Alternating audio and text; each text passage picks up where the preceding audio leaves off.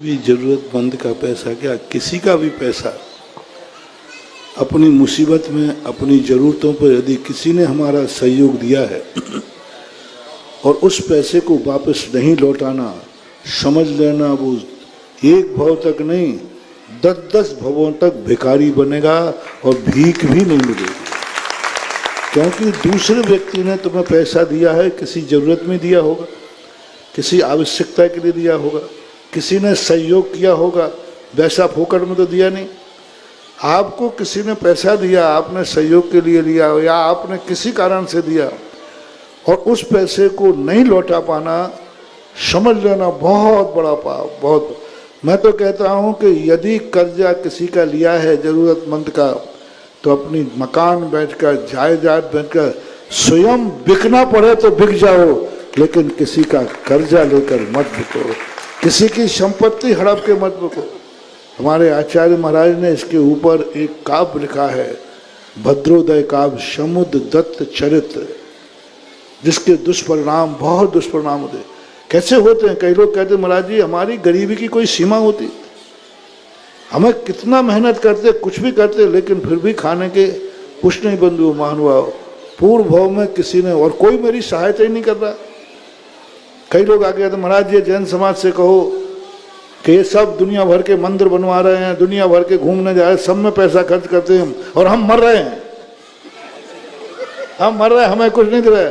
हमने कहा तुम मर नहीं रहे, तुम खुखार आतंकवादी हो, तुमने पूर्व भाव का किसी ने तुम्हें सहायता दी होगी और वो पैसा तुम ढकार गए होगे, नहीं लौटाया होगा, उसका परिणाम है कि आज तुम्हारी तरफ कोई देख नहीं रहा है।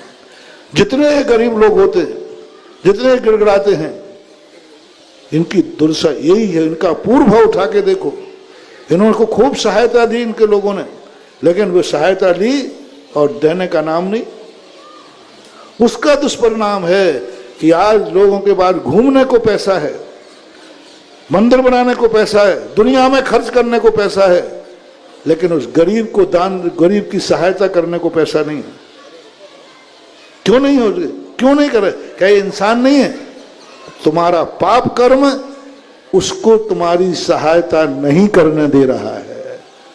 वो पाप, तुम्हारा पाप कर्म कहता है इस पैसे को मौज मस्ती में उड़ा दे, लेकिन इस गरीब की सहायता मत करना, इस दुखी की सहायता मत करना, क्योंकि ये वो पापी है जिसने इसकी सहायता की उसी का पैसा डकार के ले गया।